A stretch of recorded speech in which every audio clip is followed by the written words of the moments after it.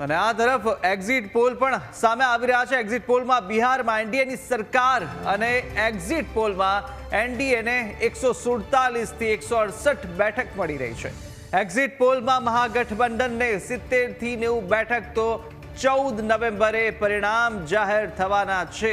અને exit poll આ મતદાન જ્યારે થયું, મતદાન પૂર્ણ થયું ને ત્યારથી જ એક્ઝિટ પોલની શરૂઆત થઈ ચૂકી છે। એક્ઝિટ પોલની અંદર જે ટકાવારી થઈ છે ટકાવારીને જોતા એનડીએની સરકાર ફરીથી ત્યાં આગળ આવી રહી છે।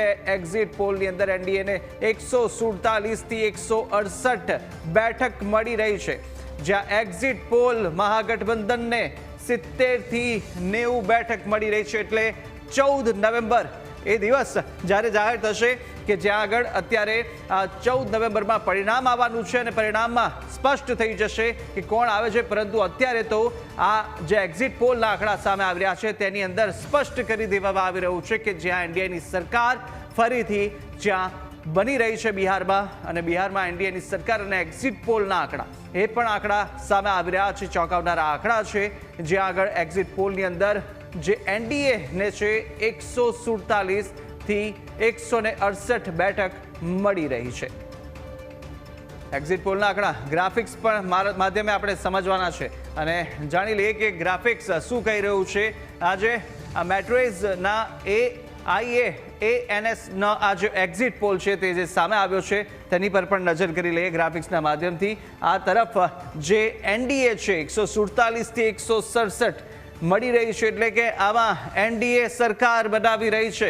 વાત ઇન્ડીની કરીએ, ઇન્ડિયા ગઠબંધન કે જે 70 થી 90 એટલે કે મહાગઠબંધન 70 થી 90 બેઠક મેળવી રહી છે। કુલ બેઠક 243, કુલ ઉમેદવાર 2616 અને સાથે પરિણામ જે 14 નવેમ્બર આવશે। આ એક્ઝિટ પોલ સામે આવી રહ્યા છે। એક બાદ એક વધુ એક એક્ઝિટ પોલ જોઈશું, આગળ પણ નજર કરીએ કે જે બીજા એક્ઝિટ પોલ છે તે શું કહી રહ્યા છે। પરંતુ અત્યારે જેટલા તમામ એક્ઝિટ પોલના આંકડાઓ સામે આવી રહ્યા છે તેની અંદર એનડીએની સરકાર થઈ રહી છે, એટલે કે એનડીએની સરકાર ફરીથી લોકો પસંદ કરી રહ્યા છે, ખોબે ખોબે મત આપ્યા છે। અને આ જેવીસીનો જે એક્ઝિટ પોલ સામે આવ્યો છે તેમાં પણ એનડીએ 135 થી 150 અને સાથે આ તરફ ઇન્ડી ગઠબંધન મહાગઠબંધન 88 થી 103, એટલે આમાં પણ એનડીએ જે એનડીએની સરકાર છે તે સ્પષ્ટ રૂપે બનતી હોય તેવું આ એક્ઝિટ પોલના આંકડા જેવીસીના સામે આવ્યા છે।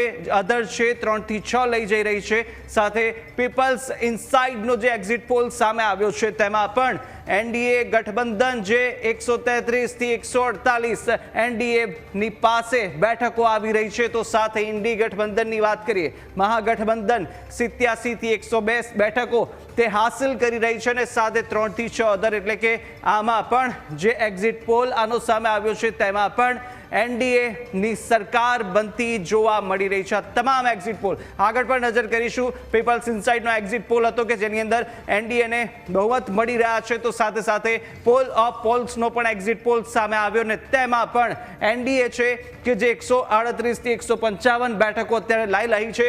અને સાથે આ ઇન્ડી ગઠબંધન મહાગઠબંધનની વાત કરીએ કે જે 82 થી 98 બિહારની અંદર તે લાવી રહી છે બેઠકો, એટલે કે આ જે પોલ્સ ઓફ પોલ્સનો જે આ એક્ઝિટ પોલ સામે આવ્યો છે તેમાં પણ એનડીએને બહુમત મળી રહ્યો છે। અધર્સની વાત કરીએ 3 થી 7 અધર્સ પાસે જઈ રહી છે।